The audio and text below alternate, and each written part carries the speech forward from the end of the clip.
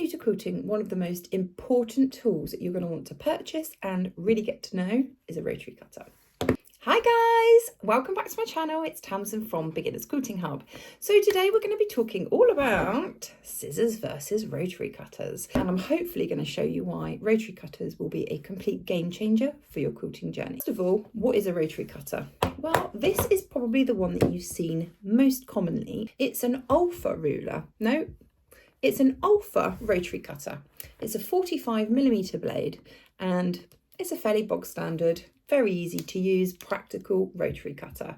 Now, I've slowly moved into more colourful designs, and you know what it's like. Once we start a hobby, we like to collect things. So let's get into what is a rotary cutter. Well, in its simplest form, it's a handle with a section where you can add in a circular blade, which is a rotating blade. It's clipped in with some kind of mechanism, and very importantly, it will also have a safety guard.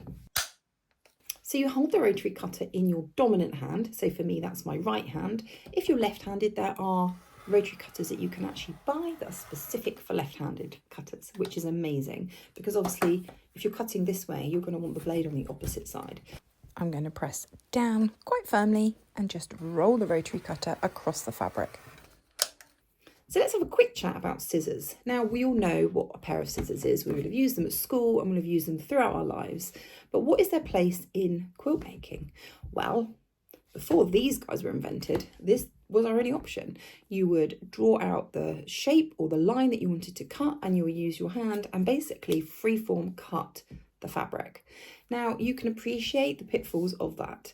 It's never going to be 100% accurate. Whilst you can make quite long cuts with these longer length scissors, which are designed specifically for crafting, it's never going to be as accurate as a rotary cutter.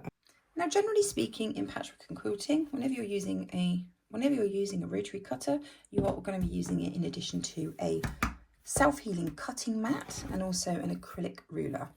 Now, in later videos, I'm going to do some really deep dives into how to use these tools accurately to get good cuts. For today's video, I just want to talk about the difference between using a pair of scissors and a rotary cutter for accuracy. So when you're using a rotary cutter, you're going to be using your ruler, you're going to be lining it up along one edge of the fabric and the second edge of the fabric.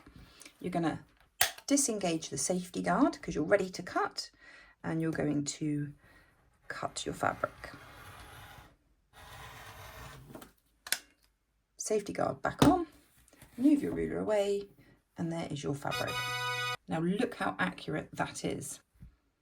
Okay, so let's see how accurate a cut I can get with a pair of scissors. So I'm just going to draw on a line here, an inch away from the edge.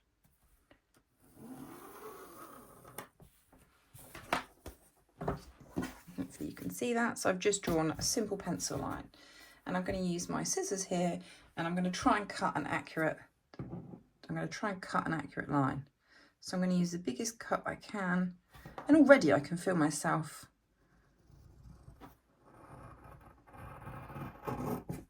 wobbling. So I've already gone slightly outside that line.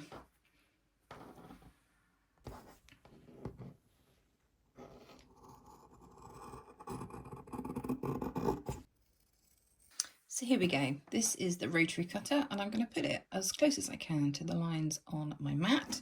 So this is the rotary cutter, and this is the scissors version. We've got quite an uneven line here. I'm going out here, I'm kind of going in here and back out here. So it's nowhere near as accurate. This line here, however, is absolutely perfectly straight. So some other really powerful benefits of using a rotary cutter.